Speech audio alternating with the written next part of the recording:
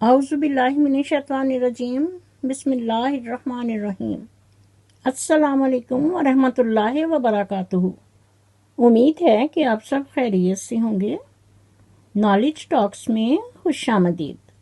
میں اپنی ویڈیو کا آغاز کرتی ہوں خدا تعالیٰ کے بابرکت نام سے، جو نہایت مہربان اور بار بار رحم کرنے والا ہے۔ میری دعا ہے کہ اللہ تعالیٰ ہم سب کو لالچ اور حسد سے بچائے، ہم سب کے لیے تمام معاملات میں آسانیاں پیدا کرے اور ہمیشہ ہم سب کا نگہباں ہو۔ آمین ثم آمین یا رب العالمین۔ میں نالج ٹاکس کی طرف سے مخاطب ہو کر کہتی ہوں، اگر اللہ تعالیٰ نے تمہیں گفتار اور کردار دونوں عطا کیے ہوں تو یہ بہت بڑی سعادت ہے۔ اگر صرف کردار ہو تو لعنت ہے۔ معزز ناظرین، آپ نے علی ویر منافق کوڈو کی شکل دیکھی؟ بیچارہ نفسیاتی مریض بن چکا ہے، ادھر ادھر کیسے بھاگ رہا ہے لیکن کچھ نہیں بن رہا۔ اب تو دوسرے ممالک سے بھی لوگ اس پر ڈسکس کرنے لگے ہیں کہ یہ کیا بے غیرت ہے کہ گھریلو مسئلے، گھریلو چیزیں سوشل میڈیا پر لا کر ڈسکس کر رہا ہے، صرف ویوز کی خاطر۔ معزز ناظرین، آج کل تو کوڈو اسلام کی بات کرتا ہے، دین کی بات کر رہا ہے اور اپنے ملک کی بات کر رہا ہے، اپنے کلچر کو ڈسکس کرتا ہے۔ علی ویر منافق کوڈو، تمہارے آڈینس تم سے پوچھتے ہیں کہ پہلے کہاں تھے سوئے ہوئے یا کہاں مرے ہوئے تھے؟ تمہیں پہلے اسلام کا خیال نہیں آیا، اپنے دین کا خیال نہیں آیا؟ اسی پاکستان میں رہتے ہو جس کے امیج کو آپ لوگوں نے اتنا خراب کیا اور خراب کر رہے ہو۔ یہی وجہ ہے کہ اب دوسرے ممالک سے لوگ تم پر ڈسکس کرتے ہیں۔ معزز ناظرین، علی ویر منافق کوڈو جس مقصد کے لیے یہ گیا تھا، ان کا کوئی مقصد پورا نہیں ہوا۔ انہوں نے تو اسے گھاس بھی نہیں ڈالی، صرف راستے کی دھول کھا کر آئے ہیں، اور کہتا ہے کہ ہماری آڈینس پوچھ رہی ہے کہ ہم وہاں سے کیا لے کر آئے ہیں۔ بابا، آڈینس تو پوچھے گی کہ بڑے بھاگ کر گئے تھے بڑے مسائل حل کرنے کے لیے، تو کیا پڑی؟ جوتیاں۔ کسی نے اپنے گھر میں رات بھی نہیں رکھا کہ ہوٹل میں سٹے کرنا پڑا، اور جب ایک ہی رات میں 4 پیسے خرچ ہوئے تو کیسے دم دبا کر بھاگے وہاں سے۔ علی ویر منافق کوڈو، تمہارے اور تمہارے ہم نوا جو ہیں ان کے بیانات میں فرق ہے۔ جیسا کہ تم کہہ رہے تھے کہ ہم اسلام آباد کے اس ہوٹل میں ہیں اور ابھی یہاں سے ہم کراچی کے لیے روانہ ہوں گے، اور تمہارے چیلے کیا کہتے ہیں کہ پہلے کراچی گیا اور پھر اسلام آباد۔ بابا، بیک ڈور پہاڑا تو اچھی طرح یاد کر لینا تھا۔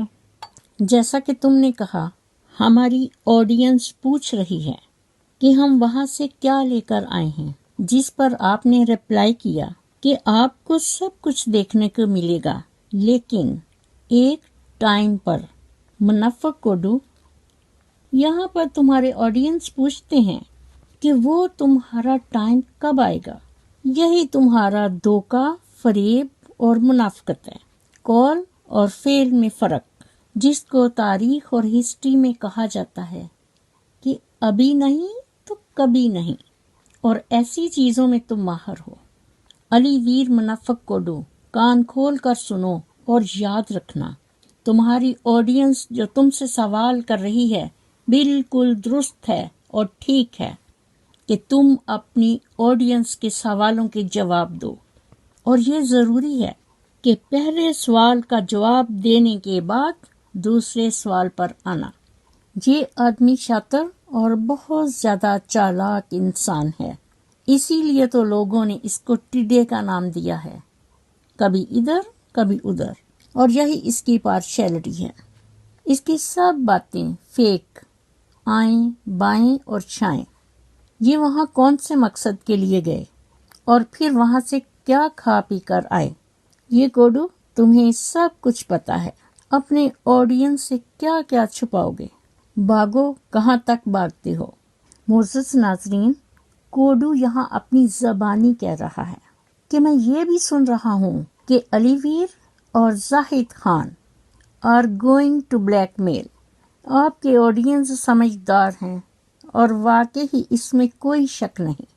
انہوں نے جو سوچا وہ سب ٹھیک ہے. وہ صحیح کہہ رہے ہیں کہ علی ویر and his companions are going to blackmail. So it is true above than 100%.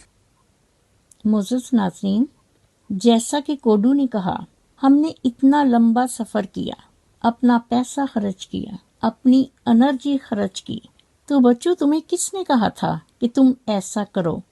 جو کچھ کیا تم نے اپنی مرضی سے کیا، ویوز کی خاطر.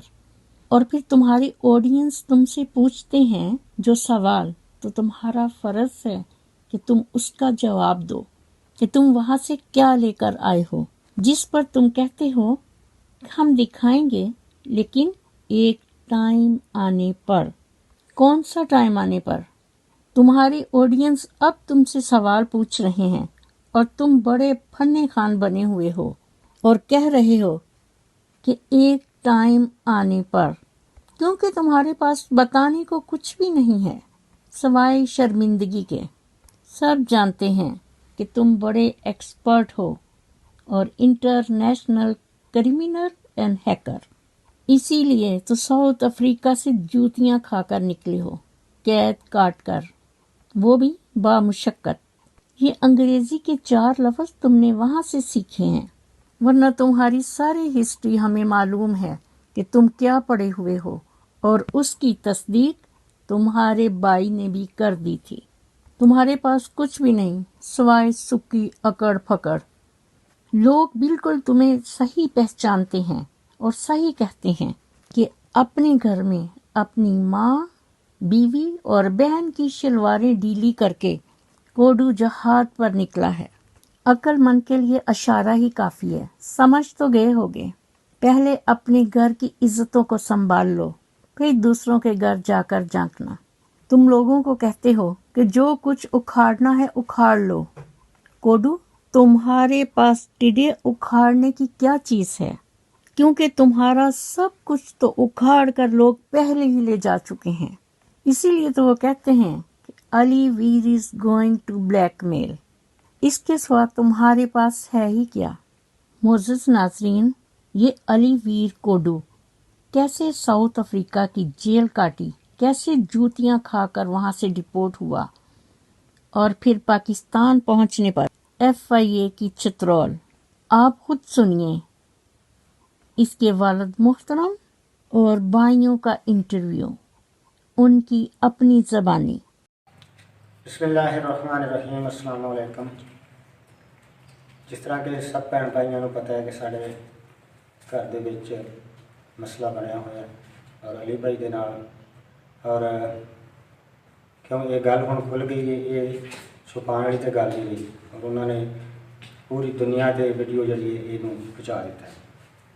ہن اسی بیٹھے ہیں، ابو ہوری بیٹھے نے، سب تو پہلے ابو ہوری گل سنا دے کہ یہ بندہ علی بھائی جڑا ساڈا ہے کس طرح ساؤتھ افریقہ گیا، کس طرح اتوں واپس آیا، اور کس آ کے پھر انہیں جو کام کیتے اس کے بارے بھی ہر گل کی ڈیٹیل ابو ہوری. اور ابو ہوری یہ گل ایمان قرآن تے کرن گے، بالکل جڑی حقی سچی گل ہے وہ کرن گے. اور اس تو بعد میں نے تمہیں گل سنانا اپنے بھن بھائیوں، اور پھر اس تو بعد تسی آپ سمجھ جاؤ گے کہ اس بندے دا کی مشن ہے اور کی یہ نظریہ ہے. سچ کی ہے تو جھوٹ کی ہے. اعوذ باللہ من الشیطان الرجیم. بسم اللہ الرحمن الرحیم. میرے 4 بیٹے تھے، یہ اسلم ویر اور منور ویر اور دلاور حسین اور علی ویر. یہ 4 بیٹے میرے جڑے نے، انہاں تو سب تو چھوٹا بیٹا میرا یہ علی ویر ہے. یہ علی ویر جڑا یہ باہر یہ نکل گیا، سانوں نہیں پتہ. 6 سال یہ غائب رہا. پھر جناب والا ہے اتنے ساؤتھ افریقہ چ پتہ نہیں کہ جرم اس کیتا، اتوں رپورٹ ہو کے آیا. جی اتنے جیل چ رہا. اس وقت دلاور 6-7 مہینے ہو گئے سن. سپین اگے سی، انہوں پتہ لگا آیا اپنے ایمان حاضر کر کے آخر بھی دلاور بھی اتوں نہیں چل جایا.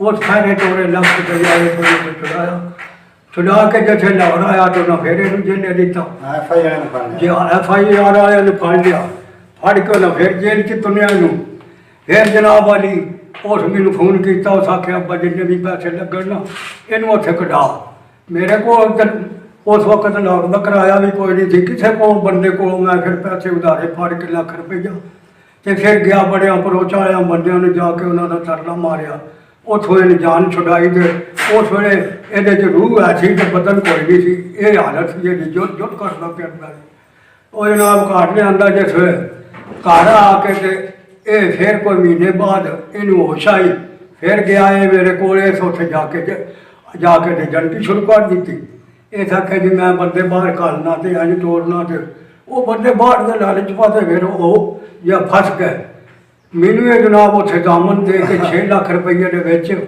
یہ 6 لاکھ روپیہ ایک بندے کو لے کے آپ نکل گیا یہ اسی 3 مہینوں کا وعدہ کیا جیسے 3 مہینے گزر گئے نہ وہ پیسے نہ وہ گل نہ وہ بندہ یہ جناب والی باہر نکل گیا باہر نکل کے کھجل خراب ہو کے آ گیا مینو انہیں تنگ کیا انہیں آخیا کہ یا پیسے والی گل کرو ساڈا بندہ بھی کوئی نہیں گیا کہ پیسے بھی کوئی نہیں انہیں جیسے مینو مجبور کیا مینو پتہ لگا آئے نہ مینو فون کیا اسلم نے کہ آئے ہے گھر میں جس وقت آیا تو یہ میں گل کی میں آخیا بھی میرے نال تو کی کیا پتر ہو کے آخیا تیرے نال میں علی ہور کچھ کرنا سی تو تھوڑا کچھ کیا میں آخیا ٹھیک ہے پھر وڈے بیٹے کا پتا ہوئے یہ میں آخیا بھی میری جان چھڑا میری جان بڑی تنگ ہے کہ یہ سو پھر یہ آخت یہ مشورے نال مطلب زمین یہ 2 کلے بیچی 2 کلے بجلی بیچ کے تو میں جی آؤ اتوں جان چھٹی میں انہوں نے پیسے دیتے وہ پیسے جیسے انہوں نے دے چھڑے تو وہ گلا کیا تو میری بھی جان چھٹ گئی اس تو بعد جناب والی پھر اتنے مطلب وہ زمین جڑی تھی جہاں دلاور نے شہری وہ یہ پھر بان کھان لگ پیا انہیں جناب والی وہ زمین 12 سال بائی کھاڑی ہے باغ وہ ہاتھ کا لگا ہوا سی ہاں موسمی کا باغ موسمی کا باغ ہر سال ویچتا رہا ہر سال 2-2.5 لاکھ کا وکدا ہر سال 2-2.5 لاکھ کا وکدا سی وہ ویچ کے کھانا رہا کھایا پھر جیسے وہ اللہ کیتا تو دلاور نو اللہ تعالیٰ نے اس اتنے محنت کی وہ کامیاب ہو گیا 12 سال بعد وہ آیا کہ اس آ کے میرے نال مطالبہ شروع کر دیتا بھی انہوں آخو اے زمین 2 کلے میرے نال لوا گئے وہ سچے میں پچھوں کو گل چھڈ گیا وہ پھر پیسے دلاور نے اس لیے دیتے کہ مینو بھی باہر لے چل وہ پیسے پھر جڑے سن وہ مطلب 14 لاکھ روپیہ رڑ گیا وہ ایجنٹ کھا گیا کوئی نہ گیا باہر ہاں جی وہ 14 لاکھ 6 لاکھ تو دلاور نے وہ 6 لاکھ روپیہ دلاور یہ واپس دیتا ہے 8 لاکھ روپیہ ہاں جی وہ 60 لاکھ کے پھر ہوں مطالبہ کر لیا بھی مینو 2 کلے زمین انہوں آخو یا بیان دے دے انہوں اسی کیویں آخیے پھر 2 کلے زمین تے بیان دے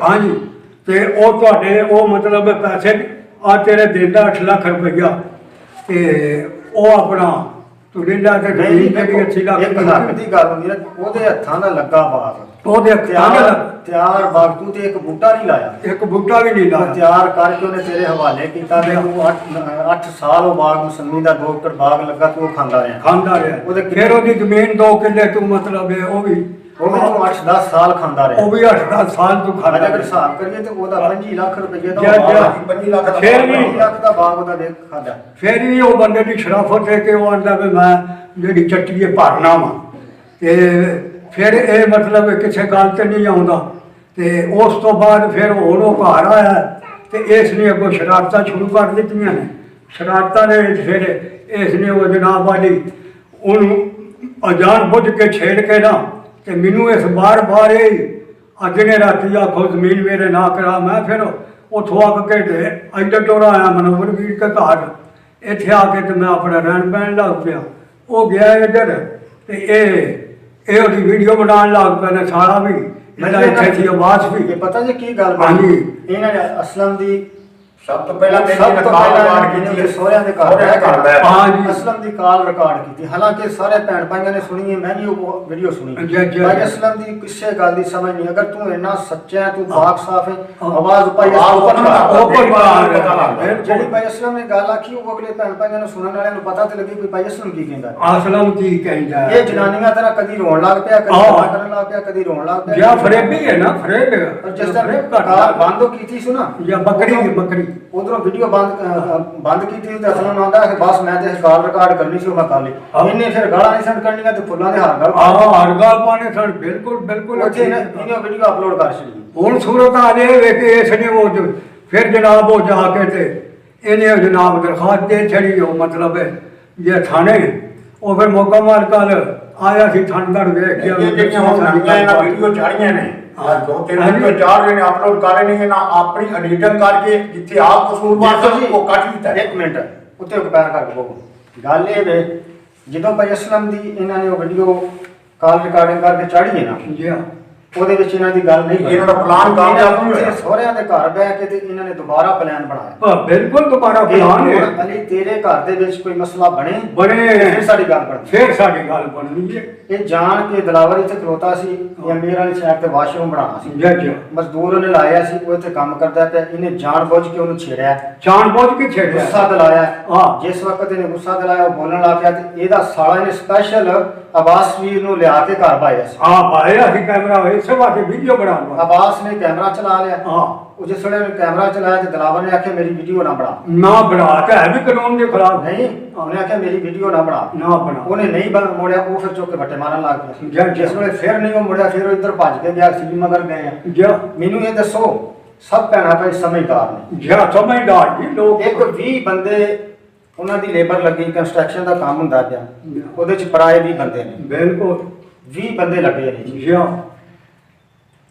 ਭਾਬੀ ਸਾਡੀ ਜਿਹੜੀ ਅਲੀ ਦੇ ਘਰ ਵਾਲੀ ਹੈ, ਉਹਦਾ ਭਾਈ ਮੌਜੂਦ ਹੈ। ਬਿਲਕੁਲ ਸਾਰੇ ਬੰਦੇ ਉੱਥੇ ਗੁੱਥਮ ਗੁੱਥਾ ਹੋਏ, ਜਿਹਦੇ ਵਿੱਚ ਭਾਬੀ ਵੀ ਸ਼ਾਮਲ ਹੈ। ਉਹ ਛੋਟਾ ਮੈਂ ਆਪ ਉਹਦੇ ਕੋਲ ਫੜਿਆ ਛੋਟਾ ਤੇ ਭਾਬੀ ਵੀ ਸ਼ਾਮਲ ਹੈ। ਛੋਟਾ ਨਾਲ ਭਰਾ ਉਹਦਾ ਜਿਹੜਾ ਉਹ ਸਾਹਮਣੇ ਖਲੋ ਕੇ ਨਾਲ ਮੁਸਕਰਾ ਰਿਹਾ ਤੇ ਨਾਲੇ ਵੀਡੀਓ ਬਣਾ ਰਿਹਾ। ਦੱਸੋ ਕੋਈ ਸ਼ਰਾਬ ਪਲਾਨ ਸੀ ਨਾ? ਨਹੀਂ, ਨਾਲੇ ਉਹ ਮੁਸਕਰਾ ਰਿਹਾ ਤੇ ਨਾਲੇ ਵੀਡੀਓ ਬਣਾ ਰਿਹਾ। ਇਹ ਸ਼ਰਾਬ ਸ਼ਾਬਾਸ਼ ਦੇਣ ਵਾਲੀ ਗੱਲ ਹੈ ਨਾ। ਸ਼ਾਬਾਸ਼ ਦੇਣਾ ਜਿਹੜੀ ਗੱਲ ਉਹਨਾਂ ਨੇ ਕਹੀ ਹੈ ਕਿ ਅਲੀ ਵੀਰ ਦੇ ਘਰ ਤੇ ਕਾਤਲਾਨਾ ਹਮਲਾ, ਓਏ ਅੱਲਾ ਦੇ ਬੰਦੇ ਜੇ ਕਾਤਲਾਨਾ ਹਮਲਾ ਹੋਇਆ ਤੇ ਤੂੰ ਅੱਗੇ ਮਾਰ ਕੇ ਛਡਾ ਦੇ ਸਕਣਾ। ਛਡਾ ਕੇ ਸਕਣਾ। ਤੈਨੂੰ ਆਪਣੀ ਵੀਡੀਓ ਦੀ ਪਈ ਹੈ, ਵੀਡੀਓ ਪਈ, ਉਹ ਬਸ਼ੱਕ ਮਰ ਜਾ। ਬਿਲਕੁਲ ਇਹ ਸਿਰਫ ਇਹਦੇ ਤੋਂ ਸਾਬਤ ਹੋਇਆ ਕਿ ਇਹਨਾਂ ਨੇ ਪਲਾਨ ਸੀ। ਇਹ ਕੰਮ ਬਗੈਰ ਪਲਾਨ ਤੋਂ ਹੋਇਆ ਹੀ ਨਹੀਂ ਕਿ ਦਿਲਾਵਰ ਨੂੰ ਛੇੜੋ, ਉਹਨੂੰ ਤੈਸ਼ ਕਰਾਓ, ਵੀਡੀਓ ਬਣਾਓ ਤੇ ਅਸੀਂ ਸੱਚੇ ਹੋ। ਬਿਲਕੁਲ ਸੱਚੀ ਹੋ ਗਿਆ। ਸਾਰੇ ਭੈਣਾਂ ਭਾਈ ਗੱਲ ਸੁਣਦੇ ਨੇ। ਅਸੀਂ ਗੱਲ ਇਹਦੇ ਵਿੱਚ ਅਗਰ ਜ਼ਰਾ ਵੀ ਝੂਠ ਹੋਵੇ ਤੇ ਬਿਲਕੁਲ ਅਸੀਂ ਇਹ ਗੱਲ ਕਹਿੰਦੇ ਹਾਂ ਅਲੀ ਭਾਈ ਨੂੰ ਸਾਰੇ ਭੈਣਾਂ ਭਾਈ ਕਹਿਣ ਕਿ ਕੁਰਾਨੇ ਪਾਕ ਤੇ ਹੱਥ ਰੱਖ ਕੇ ਆਖੇ ਕਿ ਇਹ ਝੂਠੀ ਹੈ ਗੱਲ ਜਾਂ ਤੇਰੇ ਬਾਪ ਨੇ ਇੱਕ ਮਿੰਟ ਕੁਰਾਨੇ ਪਾਕ ਤੇ ਹੱਥ ਰੱਖ ਕੇ ਕਵੇ ਕਿ ਮੈਂ ਸਾਊਥ ਅਫਰੀਕਾ ਨਹੀਂ ਸੀ ਡਾਕਾ ਮਾਰਿਆ, ਨਹੀਂ ਸੀ ਮੈਂ ਫੜਿਆ ਗਿਆ, ਬਾਬਰ ਨੇ ਮੈਨੂੰ ਪੈਸੇ ਦੇ ਕੇ ਨਹੀਂ ਛਡਾਇਆ, ਅਸੀਂ ਜੁਰਮਦਾਰ ਨਾ। ਉਸ ਤੋਂ ਬਾਅਦ ਕੁਰਾਨੇ ਪਾਕ ਤੇ ਹੱਥ ਰੱਖ ਕੇ ਕਵੇ ਕਿ ਮੈਨੂੰ ਲਾਹੌਰ ਆਇਆ, ਮੈਨੂੰ ਐਫਆਈ ਵਾਲਿਆਂ ਨੇ ਨਹੀਂ ਫੜਿਆ, ਇਹਨਾਂ ਨੇ ਪੈਸੇ ਦੇ ਕੇ ਦਿਲਾਵਰ ਭਾਈ ਨੇ ਪੈਸੇ ਸਪੇਨ ਚੋਂ ਘੱਲੇ ਨੇ, ਨਹੀਂ ਛਡਾਇਆ। ਬਿਲਕੁਲ ਜਾਂ ਕੁਰਾਨੇ ਪਾਕ ਤੇ ਹੱਥ ਰੱਖ ਕੇ ਕਵੇ ਕਿ ਮੈਂ ਬਾਪ ਨੂੰ ਜ਼ਾਮਨ ਦੇ ਕੇ 6 ਲੱਖ ਰੁਪਇਆ ਨਹੀਂ ਲੈ ਕੇ ਗਿਆ, ਉਸ 6 ਲੱਖ ਚੋਂ ਦਿਲਾਵਰ ਨੇ 2 ਲੱਖ ਨਹੀਂ ਘੱਲਿਆ। ਸ਼ਾਬਾਸ਼। ਜਾਂ ਮੈਂ ਕੁਰਾਨੇ ਪਾਕ ਤੇ ਹੱਥ ਰੱਖ ਕੇ ਕਵੇ ਕਿ ਮੈਂ 8 ਸਾਲ ਦਿਲਾਵਰ ਦੀ 2 ਏਕੜ ਲੱਗੀ ਮਸੰਮੀ ਦਾ ਬਾਗ ਨਹੀਂ ਖਾਦਾ, ਮਸੰਮੀ ਦਾ ਬਾਗ ਮੈਂ ਅੱਜ 2.5-3 ਲੱਖ ਰੁਪਏ ਦੀ ਸਾਲਾਨਾ ਆਮਦਨ ਲੈਂਦਾ। ਬਿਲਕੁਲ ਮੈਂ 8 ਸਾਲ ਉਹਦਾ 2.5-3 ਲੱਖ ਰੁਪਏ ਦਾ ਬਾਗ ਵੇਚ ਕੇ 25 ਲੱਖ ਰੁਪਏ ਦਾ ਆਮਦਨ ਬਣਦੀ, ਮੈਂ ਉਹ ਨਹੀਂ ਖਾਦਾ। ਬਿਲਕੁਲ ਕੁਰਾਨੇ ਪਾਕ ਤੇ ਹੱਥ ਰੱਖ ਕੇ ਗੱਲਾਂ ਕਵੇ। ਅਸੀਂ ਇਹ ਸ਼ਾਮ ਤੋਂ ਪਹਿਲਾਂ ਜ਼ਮੀਨ ਦੇ ਨਾਲ ਜਿਹੜੇ ਭਾਈ ਉਹਦੇ ਪੱਲੇ ਕੁਛ ਨਹੀਂ ਤੂੰ ਪਾਇਆ। ਬਿਲਕੁਲ ਠੀਕ ਹੈ। ਹੁਣ ਭੈਣ ਭਾਈਓ ਆਖਰੀ ਅਸੀਂ ਆਖਰੀ ਇਹ ਹੈ ਮੈਂ ਪਤਾ ਕੀ ਕਰਨਾ ਹੁਣ ਕਿਸੇ ਗੱਲ ਤੇ ਮੈਂ 72 ਸਾਲ ਬਾਅਦ ਇਹਨੂੰ ਥਾਣੇ ਦਾ ਮੂੰਹ ਵਿਖਾਇਆ ਇਸ ਬੰਦੇ ਨੇ, ਮੈਂ ਇਹਨੂੰ ਦਖਲ ਕਰਨਾ ਸਾਨੂੰ ਆਪ ਕਰਨਾ ਰਕਬਾ ਦਿੱਤਾ ਸੀ ਇਹਨੇ ਸਾਰੇ ਭਰਾ। ਇਹਨੇ ਲਿਆਂਦਾ ਅੱਬੂਰਾਂ ਨੂੰ ਤੇ ਤਾਂ ਆਉਣ ਲੱਗੇ ਅੱਬੂ ਜੀ ਅੱਗੇ ਵੀ ਸਾਡੇ ਕੋਲ ਆਉਂਦੇ ਸਨ ਸਾਡੇ ਕੋਲ ਮੋਬਾਈਲ ਕੋਈ ਨਹੀਂ ਸੀ ਅਸੀਂ ਵੀਡੀਓ ਨਹੀਂ ਸਭ ਬਣਾਉਂਦੇ ਅਸੀਂ ਵੀਡੀਓ ਨਹੀਂ ਸਿਰਫ ਜਦੋਂ ਇਹਦੇ ਕੋਲ ਜਾਂਦੇ ਹਨ ਵੀਡੀਓ ਬਣਾਏ ਨਹੀਂ ਕਿ ਅੱਬੂ ਵਾਲੀ ਹੁਣ ਇਹਦੇ ਕੋਲ ਆਉਣ ਲੱਗੇ ਨੇ ਆਉਂਦੇ ਨੇ ਹਾਂ, ਮੈਂ ਤਾਂ ਉੱਥੇ ਹੁੰਦਾ ਸੀ। ਸਭ ਆਉਂਦੇ ਨੇ ਸਭ ਤੋਂ ਪਹਿਲਾਂ ਮੇਰੇ ਕੋਲ ਆਉਣ ਲੱਗੇ ਪਹਿਲਾਂ ਭਾਈ ਅਸਲਮ ਕੋਲ ਆਉਂਦੇ ਸੀ ਸਾਡੇ ਕੋਲ ਇੱਥੇ ਆਉਂਦੇ ਸੀ ਗਲਤੀਆਂ ਹੋ ਗਈਆਂ ਸਾਨੂੰ ਮੈਂ ਆਪਣੇ ਬਾਪ ਕੋਲ ਮਾਫੀ ਮੰਗ ਲਈ ਸੀ ਮੈਂ ਆਪਣੇ ਬਾਪ ਨੂੰ ਆਪਣੇ ਕੋਲ ਲੈ ਆਇਆ ਜਿਸ ਵਕਤ ਇਹ ਵੀ ਹੁਣ ਗੱਲ ਹੈ ਕਿ ਜਿਸ ਵਕਤ ਇਹਦੀ ਸ਼ਾਦੀ ਹੋਣ ਵਾਲੀ ਸੀ ਨਾ ਜੀ ਜੀ ਮੈਂ ਇਹ ਗੱਲ ਸਾਰੀ ਖੋਲ ਕੇ ਕਰਾਂ ਹਾਂ ਬਿਲਕੁਲ ਸੋਚ ਕੇ ਤੇ ਖੋਲ ਸੱਚੀ ਕੇ ਸੱਚੀ ਇਹਦੇ ਵਿੱਚ ਅਗਰ ਮੈਂ ਕੁਰਾਨ ਪਾਕ ਤੇ ਹੱਥ ਰੱਖ ਕੇ ਕਵਾਂਗਾ ਇਸ ਬਾਰੇ, ਬਿਲਕੁਲ ਬਿਲਕੁਲ ਮੈਂ ਆਪ ਗਿਆ ਹਾਂ ਦਲਾਵਰ ਦਾ ਫੋਨ ਆ ਗਿਆ ਜੀ ਇਹ ਲੱਗ ਪਏ ਨੇ ਉਹਦੇ ਨਾਲ ਗੱਲਾਂ ਕਰਨ ਹੂੰ ਦਲਾਵਰ ਨੇ ਕਿਹਾ ਅਲੀ ਭਾਈ ਗੱਲ ਇਹ ਵੇ ਕਿ ਤੇਰੇ ਕੋਲ ਮਾਂ ਭੈਣ ਹੁੰਦੀਆਂ ਜੀ ਮੇਰੀ ਸ਼ਰਤ ਇਹ ਵੇ ਕਿ ਤੂੰ ਮੈਂ ਪਾਣ ਦੀ ਖਿਦਮਤ ਕਰਨਾ ਉਹਨਾਂ ਨੂੰ ਆਪਣੇ ਕੋਲ ਸੰਭਾਲ ਕੇ ਰੱਖਣਾ ਹਾਂ ਠੀਕ ਹੈ ਮੈਂ ਤੇਰੇ ਤੋਂ ਨਹੀਂ ਪੈਦਾ ਜ਼ਮੀਨ ਮੇਰੀ 2 ਕਿੱਲੇ ਮੈਨੂੰ ਕਿਹੜੀ ਲੋੜ ਹੈ ਜ਼ਮੀਨ ਕੋਈ ਨਹੀਂ ਲੋੜ ਮੈਨੂੰ ਅੱਲਾਹ ਤਾਲਾ ਨੇ ਇੱਥੇ ਬੜਾ ਕੁਝ ਦਿੱਤਾ ਕੀ ਕਰਨੀ ਆ ਮੈਂ ਜਿਸ ਟਾਈਮ ਆਇਆ ਜ਼ਮੀਨ ਤੇਰੇ ਨਾਲ ਵਾਸ਼ ਹਾਂ ਵੇਖ ਗੱਲ ਤੇ ਹੈ ਲੇਕਿਨ ਸ਼ਰਤ ਸੀ ਹਾਂ। ਮਾਂ ਭੈਣ ਦੀ ਖਿਦਮਤ ਆਸ ਫਿਰ ਖਿਦਮਤ ਕਰਨੀ ਆ 1 ਮਹੀਨਾ ਸ਼ਾਦੀ ਨੂੰ ਹੋਇਆ ਇਸ ਬੰਦੇ ਨੇ ਮਾਂ ਭੈਣ ਨੂੰ ਧੱਕੇ ਮਾਰ ਕੇ ਬਾਹਰ ਕੱਢ ਧੱਕੇ ਦੇ ਕੇ ਬਾਹਰ ਕੱਢ ਕੇ ਕੱਢ ਛੱਡਿਆ ਘਰ ਵੇਖ ਗਿਆ ਥਾਣੇਦਾਰ ਕੇ ਧੱਕੇ ਮਾਰ ਕੇ ਇਹਨੇ ਬਾਹਰ ਕੱਢ ਦਿੱਤਾ ਅਸੀਂ ਚਲੋ ਸਾਡੇ ਕੋਲ ਰੋਣੀਆਂ ਤੋਂ ਨਹੀਂ ਅਸੀਂ ਉਹਨਾਂ ਨੂੰ ਜਗ੍ਹਾ ਦਿੱਤੀ ਜਿਹੋ ਜਿਹਾ ਵੀ ਅਸੀਂ ਕਰ ਸਕਦੇ ਸੀ ਅਸੀਂ ਉਹਨਾਂ ਨੂੰ ਕੀਤਾ ਜਗ੍ਹਾ ਦਿੱਤੀ ਹੁਣ ਜਿਹੜਾ ਹੁਣ ਦਲਾਵਰ ਆਇਆ ਸੀ ਪਹਿਲੇ ਸਾਡੇ ਘਰ ਵਾਸ਼ਰੂਮ ਵਗੈਰਾ ਇਸਤੇਮਾਲ ਕਰਦੀਆਂ ਨੇ ਫਿਰ ਉਹਨੇ ਕਿਹਾ ਕਿ ਮੈਂ ਇਹਨਾਂ ਨੂੰ ਆਪਣਾ ਵੱਖਰਾ ਵਾਸ਼ਰੂਮ ਬਣਾ ਕੇ ਦੇਣਾ ਔਰ ਉਹਨਾਂ ਨੇ ਉਧਰ ਮਿਸਤਰੀ ਲਗਾ ਆਪਣਾ ਮਜ਼ਦੂਰ ਲੱਗਾ ਸੀ ਉਹਦੇ ਕੋਲ ਖੜਾ ਸੀ ਉਹ ਇਹਨਾਂ ਨੇ ਜਾਣ ਬੁੱਝ ਕੇ ਉਹਨੂੰ ਛੇੜਿਆ ਜਾਣ ਬੁੱਝ ਕੇ ਬਿਲਕੁਲ ਇਹਨਾਂ ਨੂੰ ਤਕਲੀਫ ਸੀ ਅਗਰ ਸਾਡੇ ਚੈਨਲ ਬਣਾਏ ਨੇ ਨਾ ਜੀ ਸਾਡੇ ਨਾਲ ਠੀਕ ਹੈ ਅਸੀਂ ਮੰਨਿਆ ਨਹੀਂ ਕੀਤੀ ਜੀ। ਲੇਕਿਨ ਸਾਡੇ ਤੇ ਇੱਕ ਪਾਬੰਦੀ ਸੀ ਜੀ ਕਿ ਮਾਂ ਭੈਣ ਨੂੰ ਤੁਸੀਂ ਵਿੱਚ ਨਹੀਂ ਆਉਣ ਦਿੰਦੇ ਉਹਦੇ ਦੀ ਪਾਬੰਦੀ ਹਾਂਜੀ ਜੀ ਮਾਂ ਭੈਣ ਨੂੰ ਨਾ ਦੂਰ ਵੀ ਹੋਣ ਤੇ ਤੁਸੀਂ ਕੈਮਰਾ ਨਹੀਂ ਮਾਰਨਾ ਆ ਨਹੀਂ ਮਾਰ ਔਰ ਅਗਰ ਅਸੀਂ ਮਾਂ ਭੈਣ ਦੇ ਕੋਲ ਜਾ ਕੇ ਬਹਿਣਾ ਵੀ ਨਾ ਹਾਂ। ਤੇ ਇਹਨੇ ਸਾਡੇ ਗੱਲ ਪੈਣਾ ਨਹੀਂ ਤੁਸੀਂ ਉਹਨਾਂ ਦੇ ਕੋਲ ਬਹਿੰਦੇ ਕਿਉਂ ਦੱਸੋ ਤਾਂ ਆਏ ਜ਼ਾਲਮਾ ਹੈ ਅੱਜ ਇਹ ਚੈਨਲ ਦੀ ਨਹੀਂ ਬੰਦੀ ਸੀ ਸਾਡੇ ਫਿਰ ਮੈਂ ਤੁਹਾਡੇ ਚੈਨਲ ਕੱਟ ਦੇਣੇ ਨੇ ਜੀ। ਚੈਨਲ ਕੱਢ ਦੇ ਤੇ ਉਹਨੂੰ ਭੈਣ ਸਮਝਦੀ ਹੈ ਜ਼ਮੀਨ ਦਾ ਮੈਂ ਉਹਨੂੰ ਹੱਕ ਆਖਿਆ ਬਣਦਾ ਲੈ ਉਹਦਾ। ਮੈਂ ਆਖਿਆ ਲੈ ਹਿੱਸਾ ਆਪਣਾ ਜ਼ਮੀਨ ਦਾ ਤੇਰਾ ਹੱਲ ਬਣਦਾ ਅਸੀਂ 2 ਕਿੱਲੇ ਕਿਤੋਂ- ਜ਼ਮੀਨ ਤੈਨੂੰ ਆਉਂਦੀ ਹੈ ਅਸੀਂ ਕਿਤੋਂ ਤੇ ਨਹੀਂ ਆਪਣੀ ਲਿਆਂਦੀ। ਲੈ ਵਿਛਾ ਕਰ ਨਹੀਂ ਅਸੀਂ ਕਿੱਥੋਂ ਲਿਆਂਦੀ ਹਾਂ ਬਾਲਕ ਬਾਪ ਦਾਦਾ ਦੀ ਸਾਡੀ ਵਿਰਾਸਤ ਦੇਖੋ ਬਾਪ ਦਾਦਾ ਵੀ ਵਿਰਾਸਤ ਹੈ ਵਿਰਾਸਤ ਔਰ ਉਹਦੇ ਵਿੱਚ ਸਾਰੇ ਭੈਣਾਂ ਦੀ ਜਾਂ ਮੈਂ ਤੁਹਾਨੂੰ ਦਿੱਤੀ ਹੈ ਨਾ ਬਿਲਕੁਲ ਅੱਜ ਉਸ ਕਿਹੜਾ ਬਿਆਨ ਦਿੱਤੇ ਭੈਣਾਂ ਦੀ ਹੱਕ ਉਹਦਾ ਹੱਕ ਬਣਦਾ ਹੁਣ ਮੈਂ ਕਿਹਾ ਪੁੱਤਰ ਲੈ ਜ਼ਮੀਨ 2 ਕਿੱਲੇ ਤੈਨੂੰ ਆਉਂਦੀ ਹੈ ਬਿਲਕੁਲ। ਆਪਣੀ ਲੈ ਆਪਣੀ ਲਵੋ। ਜਿੱਤਾ ਜੀਆ ਕੋਲ ਚਾਰ ਕਢਾ ਸਮਝਦਾ ਕੋਈ ਨਹੀਂ ਹਾਂ ਬਿਲਕੁਲ ਮਹੀਨਾ ਡੇਢ ਹੋਇਆ ਸ਼ਾਦੀ ਕੀਤੀ ਉਹਨੇ ਧੱਕੇ ਮਾਰ ਕੇ ਉਹਨਾਂ ਰੋਂਦੀਆਂ ਲਾ ਧੱਕੇ ਮਾਰ ਕੇ ਛੱਡੀਆਂ ਜੋ ਫਿਰ ਉਹਨੇ ਜਿੰਨੀਆਂ ਕੁ ਮਿਹਨਤਾਂ ਨਾਲ ਉਹਨੇ ਚੈਨਲ ਚਲਾਇਆ ਹਾਂਜੀ ਚੈਨਲ ਅਸੀਂ ਕਿਹਨੇ ਉਹਦੇ ਤੇ ਬਾਜੀ ਨੇ ਮਿਹਨਤ ਕੀਤੀ ਉਹ ਚੈਨਲ ਜਿਹੜਾ ਸੀ ਉਹਨੇ ਆਪਣੀ ਬੀਵੀ ਨੂੰ ਭਰਾ ਜਿਹੜਾ ਤੇ ਉਹਨਾਂ ਨੂੰ ਧੱਕੇ ਮਾਰ ਕੇ ਬਾਹਰ ਕੱਢ ਦਿੱਤਾ ਮਾਰ ਕੇ ਬਾਹਰ ਕੱਢ ਰਹੇ ਔਰ ਜਿਸ ਇਹ ਵੀ ਮੈਂ ਗੱਲ ਕਹਿਣਾ ਹਾਂਜੀ ਕਿ ਜਿਸ ਵਕਤ ਅਮੀਰ ਬਾਜੀ ਨੂੰ ਬਾਹਰ ਕੱਢਿਆ ਇਹਨਾਂ ਨੇ ਹਾਂ ਅੱਗੋਂ ਇਹਨੂੰ ਉਹ ਕੁੱਤੇ ਖਾਣੀ ਹੁੰਦੀ ਸੀ ਜਿਹਦੀ ਕੋਈ ਹੱਦ ਨਹੀਂ ਸਿਰਫ ਉਸ ਗੱਲ ਨੂੰ ਮਿਟਾਉਣ ਵਾਸਤੇ ਇਹਨੇ ਤੁਹਾਨੂੰ ਘਰ ਪਾੜਿਆ ਹਾਂ ਬਿਲਕੁਲ ਉਸੇ ਮਤਲਬ ਇਹ ਤੇ ਮੈਨੂੰ ਤਾਂ ਪਤਾ ਨਹੀਂ ਸੀ ਨਾ ਸਾਨੂੰ ਵੀ- ਫਿਰ ਇੱਕ ਦਿਨ ਇਸ ਮੇਰੇ ਕੋਲ ਚੱਲ ਪਿਓ ਲਿਆ ਹਾਂ ਸਾਨੂੰ ਮੇਰੇ ਇਹਨੂੰ ਵਿੱਚ ਕੋਈ ਨਹੀਂ ਵੀ ਕੀ ਚੈਨਲ ਤੇ ਕੀ ਇਹ ਗੱਲਾਂ ਗੱਲਾਂ ਹੋਣ। ਕਿ ਇਸ ਜਨਾਬ ਵਾਲੀ ਉਹ ਸਾਰੀ ਸਟੋਰੀ ਮੇਰੇ ਕਿਸੇ ਕੋਲ ਖੋਲ- ਸੁਣਵਾ ਕੇ ਕਿ ਇਹ ਐਸੀ ਹਮਦਾ ਦਾ ਮੈਨੂੰ ਇਸ ਗੱਲ ਦਾ ਇਲਮ ਕੋਈ ਨਹੀਂ ਇਹ ਸਾਰਾ ਇੰਟਰਵਿਊ ਲਿਆ ਕੇ ਕਿਸੇ ਨੇ ਨੱਟ ਤੇ ਚਾੜ ਦਿੱਤਾ ਅੱਖ ਚੜ੍ਹ ਦਿੱਤੀ ਕਿ ਇਹਦੀ ਉਹ ਕੰਮ ਚੱਲ ਇਹਦਾ ਗਿਆ ਕੰਮ ਚੱਲ ਫਿਰ ਜਨਾਬ ਕਦੀ ਇਹ ਨਾ ਉਹ ਮੇਰੇ ਅੱਗੇ ਗੱਲ ਆ ਕੇ ਧਾਰ ਤੇ ਕਦੀ ਰੋਟੀ ਧਾਰ ਤੇ ਆਇਆ ਮਾਰੀ ਗਿਆ ਕਦੀ ਪੁੱਟਣ ਬਹਿ ਜਾ ਕਦੀ ਕੱਪੜੇ ਲਿਆ ਕੇ ਤੇ ਪਾ ਕਈ ਦੇਖਣ ਕਾਰੇ ਤੇ ਹੁਣ ਵੀ ਪਤਾ ਲੱਗਾ ਕਿ ਇਹ ਸਾਰੇ ਸਿਰਫ ਆਪਣੀ ਸਾਰੇ ਲਾਲਚ ਵਾਸਤੇ ਲਾਲਚ ਕਰਦੇ ਵਾਸਤੇ। ਹਾਂ ਲਾਲਚ ਵਾਸਤੇ ਕਰਦੇ ਤੇ ਹੁਣੇ ਹੁਣ ਜਿਹੜਾ ਇਹਨਾਂ ਕੰਮ ਕੀਤਾ ਹੈ ਵੀਡੀਓ ਬਣਾਈ ਹੈ ਜੱਜ ਜਾ ਠੀਕ ਹੈ ਚਲੋ ਸਾਡੇ ਕੋਲ ਇੱਕ ਠੀਕ ਹੈ ਮੰਨ ਲਿਆ ਜੀ ਸਾਡੇ ਕੋਲ ਗਲਤੀ ਹੋਈ ਜੱਜ ਜਾ ਪਹਿਲੇ ਇਹਨੇ ਤੈਸ਼ ਨਾ ਦਵਾਉਂਦਾ ਜੱਜ ਜਦ ਉਹਦੇ ਨਾਲ ਨਾ ਗੱਲ ਕਰਦਾ ਠੀਕ ਹੈ ਤੂੰ ਜਦੋਂ ਨਹੀਂ ਤੂੰ ਬੋਲਦਾ ਉਹਦੇ ਨਾਲ ਆ ਗਿਆ ਨਹੀਂ ਉਹ ਤਾਂ ਮੰਨਦਾ ਪਿਆ ਕਿ ਮੇਰੀ ਵੀਡੀਓ ਨਾ ਨਾ ਬਣਾਓ ਬਣਾਓ ਤੇ ਹਾਂ, ਤੁਸੀਂ ਤੇ ਕੱਲ ਨੂੰ ਵੀਡੀਓ ਬਣਾ ਹਾਂ ਨਹੀਂ ਉਹ ਇਹ ਇਹਨਾਂ ਦਾ ਪਲਾਨ ਸੀ ਨਾ ਉਹਨਾਂ ਨੇ ਹਾਂ।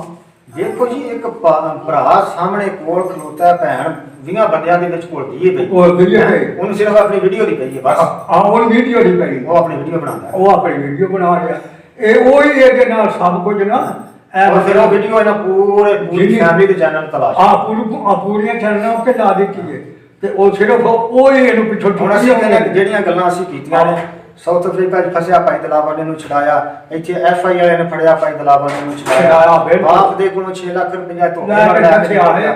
ਉਹਦੇ ਵਿੱਚੋਂ ਇਹ 2 ਲੱਖ ਫਰਕ ਰੁਪਇਆ ਗੱਲ ਹੈ। ਉਹਦੇ ਨਾਲ 2 ਲੱਖ ਰੁਪਇਆ ਦਲਾਵਰ ਨੇ ਕੱਲਿਆ ਦਲਾਵਰ ਕਢਿਆ ਸੀ ਕਿ ਮੈਂ ਆਪ ਦਿੱਤਾ ਹੈ ਹਾਂ। ਉਸ ਤੋਂ ਬਾਅਦ 8 ਸਾਲ ਜੀ ਹਾਂ ਮੈਨੂੰ ਜਾਣ 8 ਸਾਲ ਹੋ ਗਏ ਕਿ 10 ਹੋ ਗਏ? 8-10 ਸਾਲ ਹੋ ਗਏ। 8-10 ਸਾਲ ਹੋ ਗਏ ਨੇ। 2 ਕਿੱਲੇ ਮਸੰਮੀ ਦਾ ਬਾਗ ਲੱਗਾ। ਜੀ ਜੀ ਦਿਲਾਵਰ ਨੇ ਆਪਣੇ ਹੱਥਾਂ ਨਾਲ ਲਾਇਆ ਮਾਰਿਆ, ਉਹ ਬਾਹਰ ਚਲੇ ਗਿਆ। ਬਹੁਤ ਉਹ ਇਹਨੇ ਵੇਚ ਕੇ 1 ਰੁਪਈਆ ਕੀ ਨਾ ਮਾਂ ਨੂੰ, ਜੀ ਜੀ 1 ਰੁਪਈਆ ਮਾਂ ਭੈਣ ਨੂੰ ਉਹ ਵੀ ਨਹੀਂ ਨਾ ਨਾ ਉਹ ਤੇ ਮੈਂ ਜੋ ਇਹਨੂੰ ਆਪਣੇ ਫੋਨ ਤੇ ਆਖਿਆ ਇਹ ਬਿਲਕੁਲ ਸੁਣ ਗੱਲ ਹੈ। ਮੈਂ ਇਹਨੂੰ ਆਖਿਆ ਵੀ ਮਾਂ ਭੈਣ ਨੂੰ ਤਾਂ ਖਰਚਾ ਤੂੰ ਹੀ ਦਿਆ ਕਰ, ਤੇ ਇਸ ਪਤਾ ਮੈਨੂੰ ਕੀ ਜਵਾਬ ਦਿੱਤਾ, ਤੌਬਾ ਨਾਉਜ਼ ਬਿल्ला ਅਸਤਗਫਿरुल्लाह ऐसा कि मेरा फलान को पिला ले। ਲਾਉਣ ਲੱਗ हाँ ये कथ में अल्लाह दे ये जवाब मिलते ਇਹ ਮੈਂ ਇਹ ਜਵਾਬ है जी। ये इस इंसान ने बगैरत ने मैनू ये जवाब ਇਹ दिया ਜਵਾਬ है जी।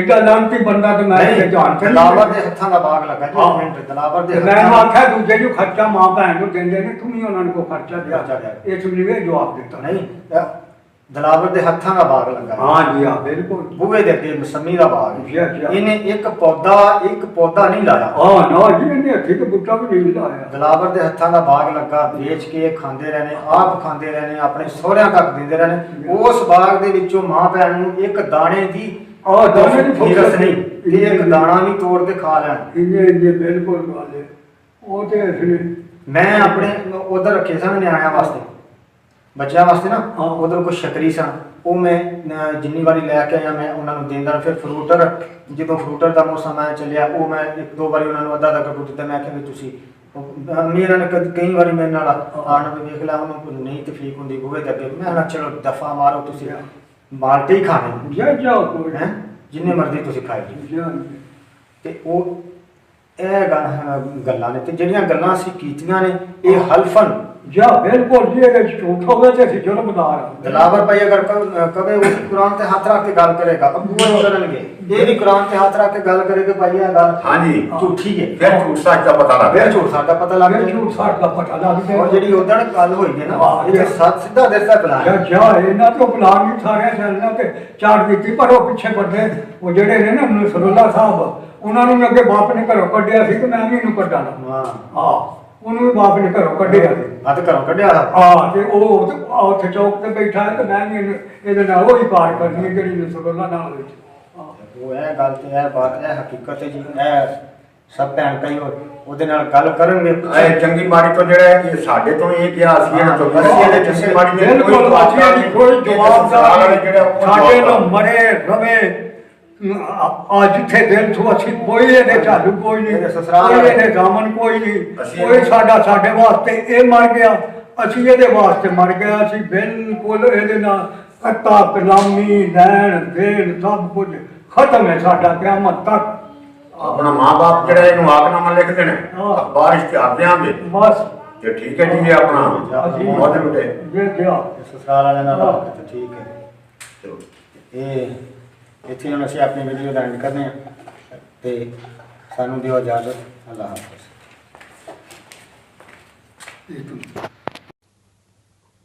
मेरी दुआ है कि अल्लाह ताला हम सब को नबी पाक सल्लल्लाहु अलैहि वसल्लम की सुन्नत और हदीस के मुताबिक ज़िंदगी बसर करने की तौफीक दे। आमीन सुम्मा आमीन। इसी के साथ मैं अपनी वीडियो का इख्तिताम करती हूँ। मेरा खुलूस और नेक तमन्नाएं हमेशा आपके साथ हों। मज़ीद नॉलेज टॉक्स की वीडियो देखने के लिए मेरे चैनल को सब्सक्राइब करके साथ ही बेल आइकन के बटन को ज़रूर प्रेस कीजिए ताकि मेरी आने वाली वीडियो का नोटिफिकेशन आपको सबसे पहले मिले। और कमेंट बॉक्स में अपना फीडबैक ज़रूर दीजिए। शुक्रिया। मुझे भी अपनी दुआओं में याद रखें। अल्लाह हाफिज़। पाकिस्तान जिंदाबाद।